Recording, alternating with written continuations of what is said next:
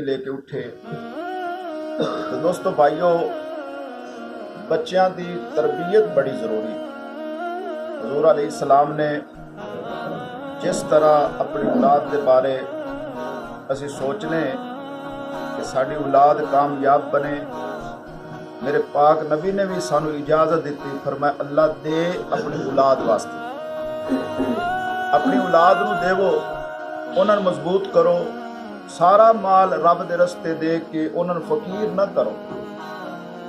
اللہ نے اگر مال دیتا ہے تو انہیں 3 حصے کر لو، تیسرا حصہ زیادہ سے زیادہ تسی اللہ دے رستے، مسجد مدرسے، جہاد پہ خرچ کر سکتے جے. کم از کم 2 حصے اپنی اولاد کو دے کے جاؤ، یہ آپ دی تعلیم ہے.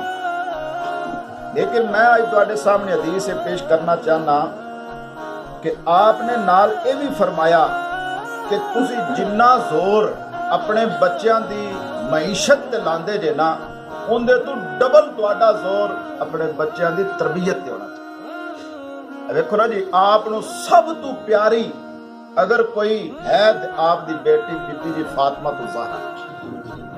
بھی ساری کائنات جس رسول واسطے کھڑی ہوئے وہ بیٹی آئے تو پیغمبر کھڑے ہو جائے. یہ تعلیم ہے، یہ بات عام ہے. آپ نے اپنی بیٹی نال اتنا پیار کیتا حتیٰ کہ فرما دیتا الفاطمہ تو بضعۃ منی من ازاہ فقد ازانی. اور لوگوں سنو، اے بیٹی فاطمہ میرے دل کا ٹکڑا ہے، جس نے فاطمہ نے تکلیف دیتی انہیں میں محمد نے تکلیف دی. اور علی نے فرمایا علی تیرا مقام بڑا ہے، تو زہد اور تقوی پرہیزگاری اپنے اندر بڑی رکھنا ہے، تو علم دا دروازہ ہے. لیکن یاد رکھی اگر تو فاطمہ نو راضی رکھیا تو سمجھ لے نبی نو راضی رکھیا. فرمایا جن نے فاطمہ نو ناراض رکھیا انہیں رسول نو ناراض رکھیا، اور جن نے فاطمہ نو راضی رکھیا انہیں دنیا دے سردار رسول نو راضی رکھیا. تے جن نے نبی نو راضی رکھ لیا انہیں رب نو راضی رکھ لیا.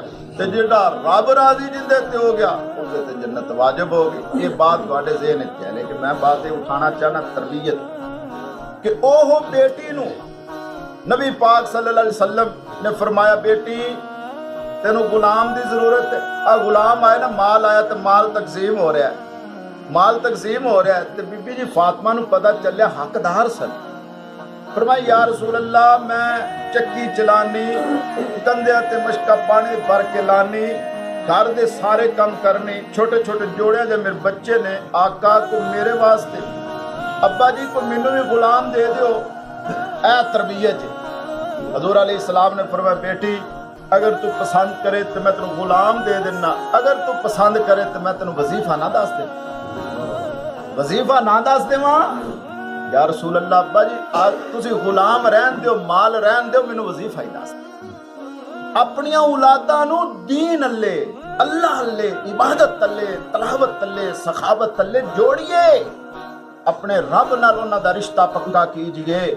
ہن مال بھی ہے سارے نو دتا جا رہا ہے، فاطمہ دا حق بھی ہے، اور نبی فرما رہے نے اگر تو پسند کرے تین مال دے دینا، اگر تو پسند کرے تو میں تین وظیفہ نہ دے دوں.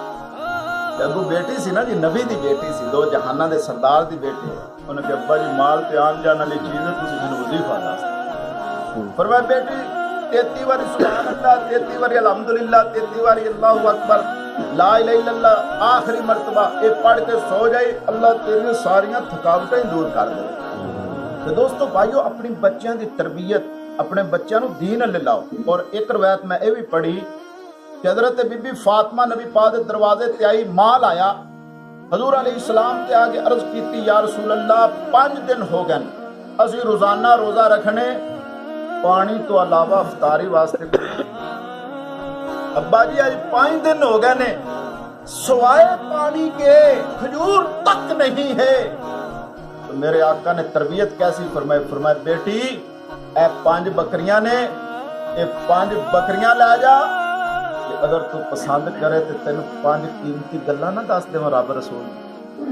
تو بی بی جی فاطمہ فرمایا آقا مینوں 5 بکریاں نہیں چاہیے، مینوں تسی دین دیاں 5 گلاں دس دے. اور یہ بھی تربیت دے وچ آپ نے اعلان فرمایا، فرمایا بیٹی بھلیکھے چ نہیں رہنا کہ تو نبی دی بیٹی ہے.